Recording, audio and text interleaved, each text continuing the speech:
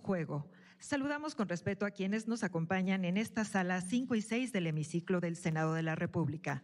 De manera especial, damos la bienvenida a la audiencia del canal del Congreso, así como a las y los representantes de los distintos medios de comunicación que dan cobertura a este importante encuentro.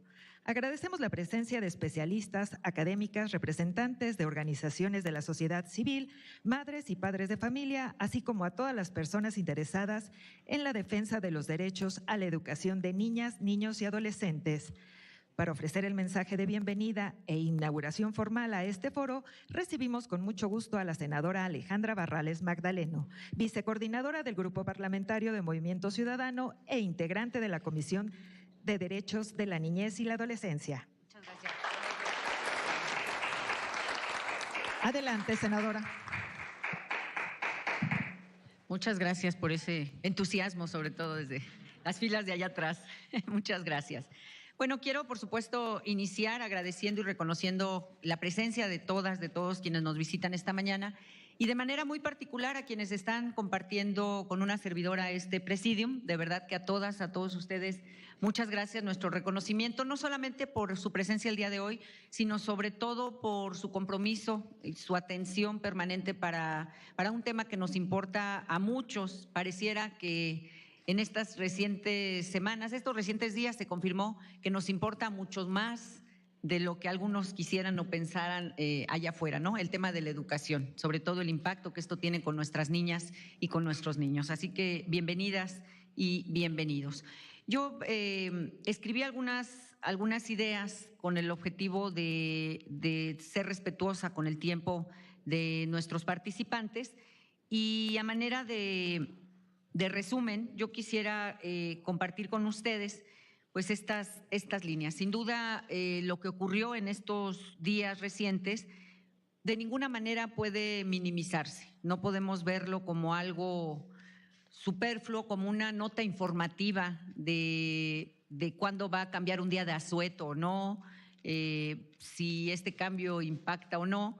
En realidad, se trata de una noticia que trastoca la vida de muchas familias en este país, pero sobre todo trastoca incluso el futuro de este país, porque se trata del impacto que puede o no tener la preparación, el desarrollo, la educación en nuestras niñas y en nuestros niños. Y nosotros vemos que lo que trató de hacer en esta ocasión la Secretaría de Educación Pública, pues no se trató de informarnos sobre una política pública nueva o el cambio de una política pública. La forma, el fondo de lo que vimos, pues para nosotros no es sino una reacción, una ocurrencia. Y lo que pasó el día de ayer pues confirma que esto fue así, ¿no? Es hasta el día de ayer, es hasta después de recibir las reacciones de mexicanas, mexicanos, que entonces se entiende o se revisa el impacto que esto tiene dentro y fuera de los hogares mexicanos, o que esta decisión que informa la Secretaría de Educación pues es una reacción que evidentemente tendría que haberse esperado de alguna manera, ¿no? El reconocer que la escuela juega un papel fundamental en la vida en los hogares mexicanos, que no puede ser vista solamente como un área a la que los niños acuden solo a aprender a leer y escribir. Son centros de desarrollo, son espacios donde transcurre a veces más del tiempo que pasan las niñas y los niños con las familias, pues lo hacen en estos hogares, ¿no?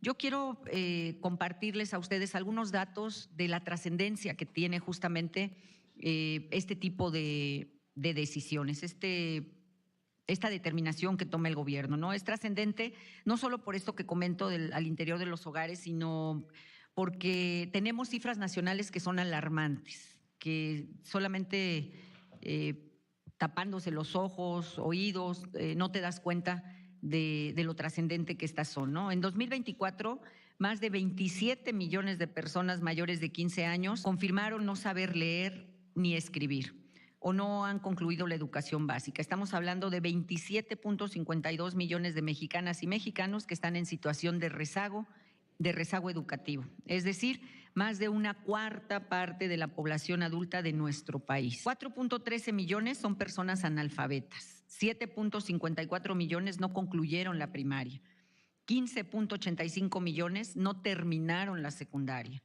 Esto significa que 1 de cada 4 personas mayores de 15 años vive en condiciones de privación educativa estructural.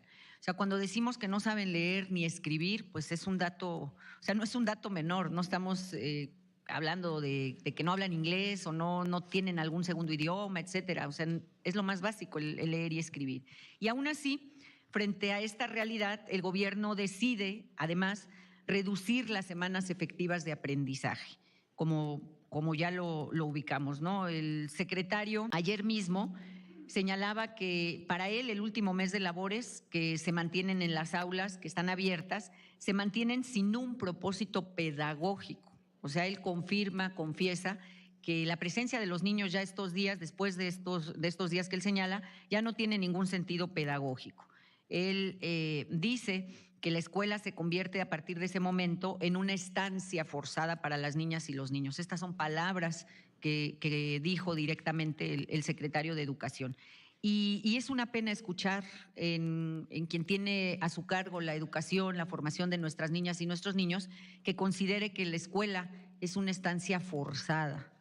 Y más todavía si entendemos, si escuchamos el alcance del señalamiento que él hace cuando dice que no podemos permitir que las empresas le hagan esto a las niñas y a los niños. Ahora resulta que son los empresarios los responsables de que las escuelas sean estancias forzadas para las niñas y los niños, ¿no? Me parece que es muy fuerte pues el alcance, el señalamiento de esta afirmación, ¿no?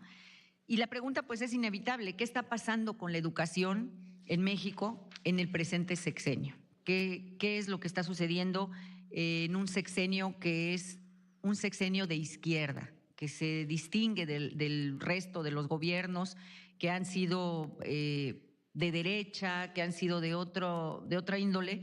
¿Qué sucede con la educación bajo un gobierno de izquierda? Porque en este caso no estamos discutiendo solamente un calendario escolar, como nos quieren hacer creer. No estamos discutiendo días de asueto, no estamos discutiendo días libres para las niñas y los niños. Lo que estamos discutiendo de fondo es el modelo de país que queremos, el modelo de jóvenes, de adolescentes, de niños que queremos, la generación que queremos para nuestro país para los próximos años. Y no podemos entender solamente la educación como la acumulación de años en la escuela. O sea, no podemos pensar que la preparación se deriva del número de años que las niñas o los niños pasan en la escuela.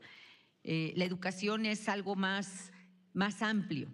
La educación es también la construcción de ciudadanía, es la igualdad de oportunidades, es la movilidad social, es la convivencia democrática, es el lenguaje compartido, es la capacidad crítica y es también la dignidad humana.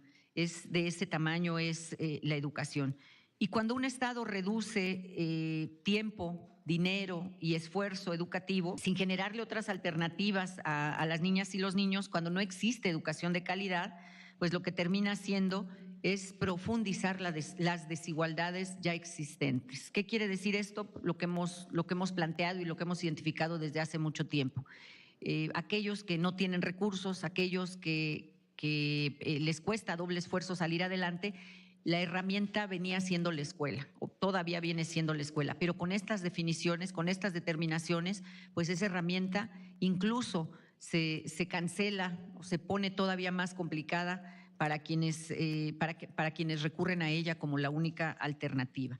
Y las cifras que la propia SEP muestra, además nos confirman la magnitud del sistema educativo que hoy está bajo esta inercia de la improvisación. 243,000 niñas y niños están en educación inicial, 4 millones están en preescolar, 12 millones en primaria, 6.3 en secundaria. En total, más de 23 millones de estudiantes de educación básica, 2.2 millones de docentes están distribuidos en 264,000 centros educativos en el país. Es la dimensión, el tamaño de la estructura educativa en nuestro país. Y estas cifras, estas decisiones nos confirman, pues estas cifras nos confirman que decisiones de este carácter, de este nivel, pues no se pueden tomar de manera improvisada, porque es a este número de personas a las que les impacta directamente. Y además, Esta decisión pues llega acompañada de declaraciones que hoy pues nos revelan más peligro, más riesgo, ¿no? Cuando escuchamos en voz del secretario de Educación las justificaciones pues ridículas, hay que decirlo de alguna manera, por las cuales considera que hay que reducir el número de días de asistencia de los niños a la escuela, pues sí es preocupante, ¿no? Cuando se nos dice que no van a asistir por las temperaturas, por las altas temperaturas en nuestro país, pues vean, o sea, un país, una ciudad, por lo pronto en esta ciudad nosotros tenemos el cambio de clima 4 veces al día, ¿no? Que yo ya salí con suéter, pero al rato ya traigo manga corta, pues porque así es en la Ciudad de México, ¿no? Entonces argumentar eso de que por las altas temperaturas no es más que ridículo, ¿no? Afirmar que las escuelas no son guarderías, pues primero demuestra incomprensión de parte de estos funcionarios de cómo funciona la vida el día con día de las familias mexicanas. O sea, no, esto es, la verdad es que no sé, a lo mejor si viene un extranjero medio lo entenderíamos, pero que no se entienda en un mexicano y menos en un funcionario mexicano, qué es lo que hace la mayoría de madres, de padres de familia en este país, es salir corriendo a la escuela y luego al trabajo, a la guardería y luego al trabajo, madres que trabajan medios turnos para poder salir a recoger a los niños, que se ayudaban con las escuelas de tiempo completo y que ahora nos digan que resulta que las escuelas son guarderías, pues sí han jugado en gran medida este papel, son a quienes le damos a guardar a nuestras hijas, a nuestros hijos, claro, pero no a guardarlas sin sentido, o sea, a guardarlas para que las formen, para que se desarrollen, para que se preparen, para una serie de temas que nos parece que minimizarlas a guardería es no entender o no comprender pues la dinámica de estos espacios y el impacto que tienen con las familias mexicanas. Y sí, claro, las escuelas son espacios de aprendizaje. También es importante reconocer que son espacios de cuidados. Por algo se le exige un nivel, un perfil a los profesores, a los maestros, a quienes de alguna manera juegan este papel de ejemplo, de cuidadores, de liderazgo, ¿no?